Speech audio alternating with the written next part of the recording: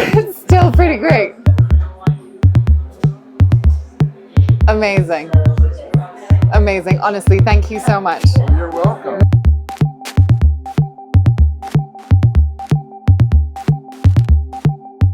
So, what are you going to talk about? Oh man, Norman, where do I start? I know. Where do I start?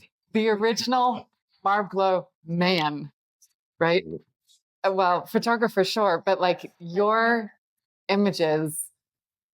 I don't know where to start. I mean, Richard Prince. Do we start with that? Do we start with? Actually, no. I want to start with you. Forget appropriation. No, actually, I came to Aspen in 1961, 1962, the winter. And, I started an ad agency here a little bit later and couldn't find the photos that I wanted. So I just picked up a camera and started doing it myself. Somehow or another, after being published in a few magazines, an agent from Los Angeles gave me a call to do some scouting for Marlboro. And I said, sure, I'd do that. About a month after that, they called me up and said, incidentally, would you like to do a test shoot for Marlboro? I mean, Peter has that. hello. I can say So I did. The first one was a disaster, but they saw something they liked. So they said, we'll send you out on another one. And that was a huge success.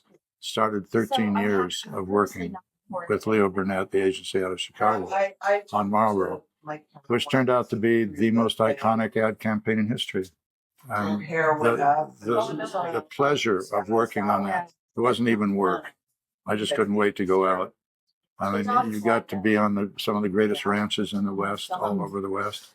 You got to be with 3 or 4 of the best cowboys I've ever known in my life. And you got to think up scenarios of every day of what a cowboy would do and how to make that go to print. And it had to, the photos had to look old and grainy. They couldn't look like a L'Oreal ad. It wouldn't work. Yeah. And so you had to sort of practice to learn to make them just rough.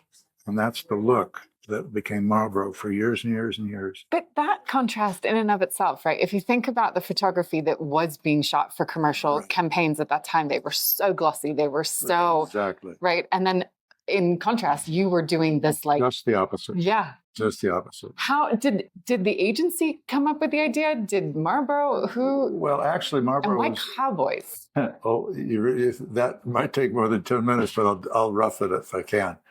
Marlboro originally started off as a women's cigarette, marketed entirely to women. And that was in about the 1920s. And they had funny little headlines like, little red tips for your pretty red lips. I mean, it's no wonder that failed. But about 1955, they decided to try it for a male market. So they tried everything. They had a lumberjack. They had a guy splitting wood. They had, my God, one time they had a guy in a complete wetsuit with fins as a diver. And I'm thinking, how did that work? But finally, Leo Burnett himself saw a cowboy on the cover of Life magazine, and he went, bingo, that's it. And what that did is it gave every American male this opportunity to dream about the free-spiritedness of the last bastion of American maleness. And it worked perfectly. They did tests on it. It was just marvelous. Then out of nowhere, they said, well, let's test the female market as well. And they tested it with the cowboy, and it was just as high. Women all had this sort of desire to be with the cowboy. It's this, again, this free-spiritedness, this ruggedness, and it had this wonderful appeal to both. So that's how it started. And it kept that campaign for 55 years, never really changed the theme. And it was our job to go out every time we would go, whether it was winter, summer, whether it was Idaho, Montana, the desert, wherever it was, to show little vignettes of this cowboy that roamed the West. And it was a mystery. No one ever knew his name. And that's what made it famous. Nothing else really made it famous except that. His anonymity, you think? Absolutely. No one ever, he just was a free spirit. He was all over the West. And no one ever knew the name because they never let the name out. But you do. Well, I know him. But, the whole thing is, that's what kept it this mystery. Mm. If suddenly everyone knew that person, you saw him interviewed on television, or you saw him do something where his name was sort of associated with the campaign, it would have killed it. Mm. But because it was a mystery, it just went on and on and on and on. And that's really, in a nutshell, how Marlboro maintained that wonderful feeling, that odd, dusty, dirty, almost timeless image for 55 years. Mm.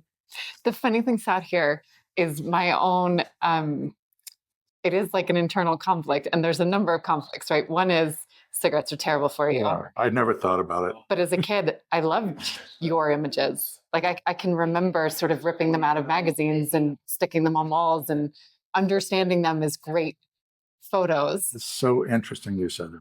And I got to tell you why, because people used to say to me, you're working for a cigarette company and you don't smoke. And, I'm going, you know what?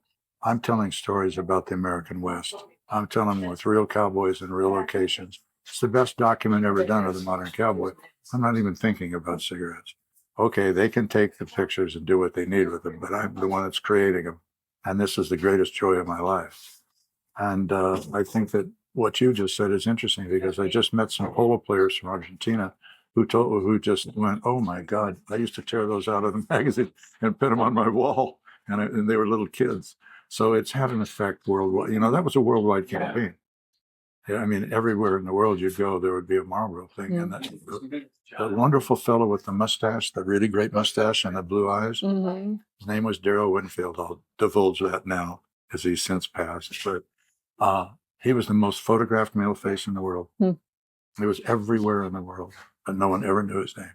So, and talk to me about, did Marlboro let you retain the rights to the images? Like No. you just, oof. No, it was work for hire, which is fair. I mean, like, you couldn't take one of those images and sell it to Levi's or something, because Fair. I mean, But not even fine art rights or book rights, or that was not even thought about. And so when, I'll bring this up now, maybe I should, maybe I shouldn't, but Richard Prince stole some of my images that I had shot and sold them for millions of dollars. How come Marlboro didn't go after him? Great question. So I called Marlboro and said, you're not going after Richard Prince. Can I have some of my images and present them as fine art? And after some discussion back and forth, they said, yeah, as long as you don't show somebody lighting a cigarette so it looks like an ad, you can take those images and sell them for fine art. We'd be honored. So that's how that happened. So I have the permission to do it now. But basically, no, they owned all the rights. So it was really Richard Prince versus Philip Morris. And Philip Morris could have nailed him. But think about it. It created a controversy, kept the name in the light, and that's how that happened. And that's how I got what I've got now and showing what I'm showing now. And what is it? Does it feel different seeing them now as fine art photographs, like in frames? Or is it still the same thing for you? A story about the American West, a story about freedom? It's still the same story. It's the same cowboys doing the same things. But in this case, what I'm getting the opportunity to do is share those images with people.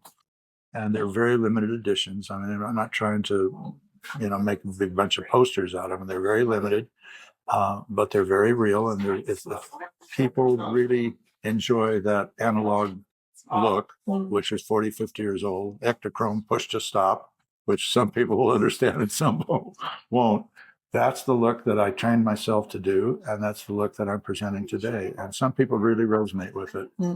It's not the digital world. I can't make a digital image look like those analog images. I've tried and tried. Can't do it. Have you done any other series? Yes. Like what? I went back to some of the ranches that I worked on, which is what an honor to be invited back to some of these ranches.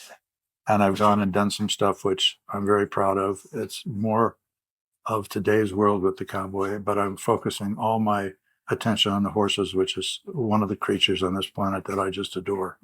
So I do a lot of work with horses, and I'm really happy with what I'm doing, but I still can't make the digital photos look like the analog photos, no matter how hard I try. But I don't know if that's good or bad. I mean, is what it is. A lot of people are going back to analog photography. A lot of wedding photographers, it's all they use now. So it still has its place. Yeah. It makes me happy. Yeah. Well, honestly, a complete joy to meet you. I was completely floored when we saw your work. And then the fact that you're here was even more exciting. Thank you for talking to I'm us. very honored. Thank you very much. Thank you.